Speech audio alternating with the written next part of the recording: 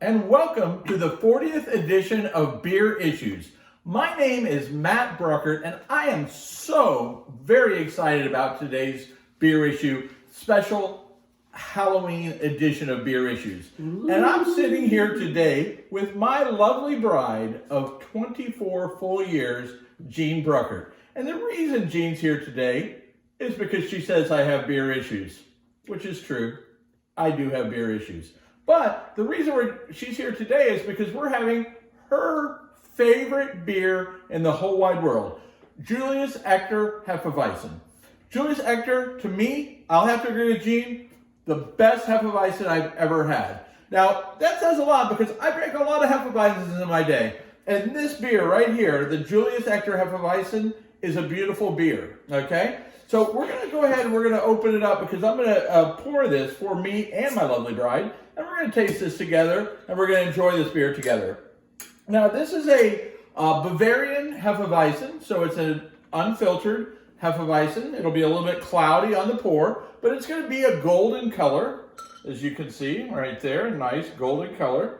This clocks in at 5.3% ABV, which is about standard for your general Hefeweizen beer.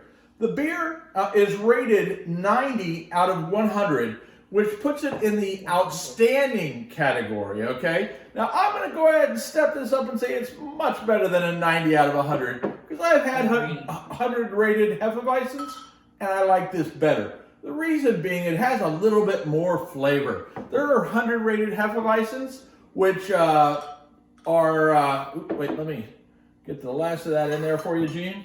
Oh yeah, there we go. Okay, so there's beers that are rated higher, but I don't think they have as much flavor. So this beer is phenomenal. Now you're going to get the banana flavor, the clove, maybe a little citrus, and of course the wheat flavor that you get from the wheat. And remember, we talked about a Hefeweizen is part wheat, and the Weizen is the wheat. And then the Hefe, that's, needless to say, it's a delicious beer.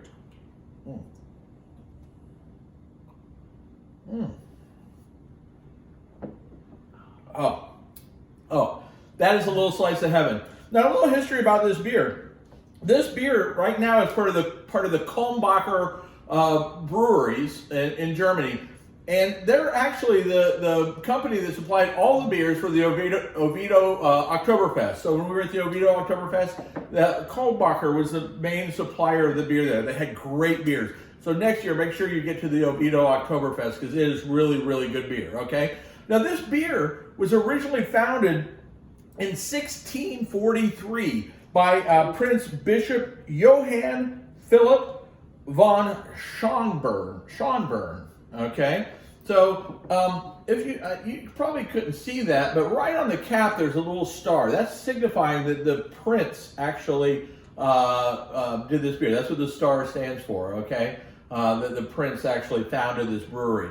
So we're drinking a pretty serious beer when princes find it, and I love it. And my lovely bride, Jean, she loves this beer. Oh yeah. All right, so if you enjoyed this and you've learned a little bit about what I would find if I was out there just having to pick out the perfect Hefeweizen, this would be it, okay? So if you're going to try any delicious Hefeweizen out there, make sure you have the best. I believe Julius Echter Hefe-Weissbier is the best. So make sure you tell your friends about beer issues, make sure they tell their friends, and make sure that you subscribe on YouTube.